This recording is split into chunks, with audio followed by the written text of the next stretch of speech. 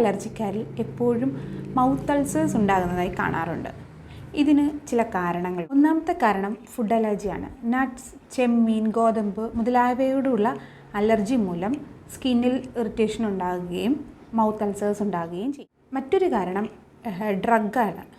ചില മെഡിസിൻസിനോട് ചിലർക്ക് റിയാക്ഷൻ ഉണ്ടായി ഈ അലർജി മൂലവും മൗത്ത് അൾസേഴ്സ്. ആഹാര സാധനങ്ങളിൽ അടങ്ങിയിരിക്കുന്ന പ്രിസർവേറ്റീവ്സ് ഇതുപോലെ മൗത്ത് അൾസേഴ്സ് ഉണ്ടാവാൻ ഇടയുണ്ട്. പിന്നെ ചില കോണ്ടാക്റ്റ് അലർജി, അതായത് lipstick, toothpaste, toothbrush മുതലായവയോടുള്ള ബോഡിയുടെ പ്രതികരണം മൂലവും മൗത്ത് അൾസേഴ്സ് പോലുള്ള ലക്ഷണങ്ങൾ അലർജിയുടെ കൂടെ കാണാം. ചില ഓട്ടോമ്യൂൺ ഡിസീസുകളുടെ കൂടെ, അതായത് സീലിയാക് ഡിസീസ്, ലൂപ്പസ് മുതലായ അസുഖങ്ങളിലും മൗത്ത് അൾസർ കാണപ്പെടാറുണ്ട്. ഇവ ഒരു നോൺ IG മീഡിയേറ്റഡ് ഇമ്മ്യൂൺ റെസ്പോൺസുകളാണ്.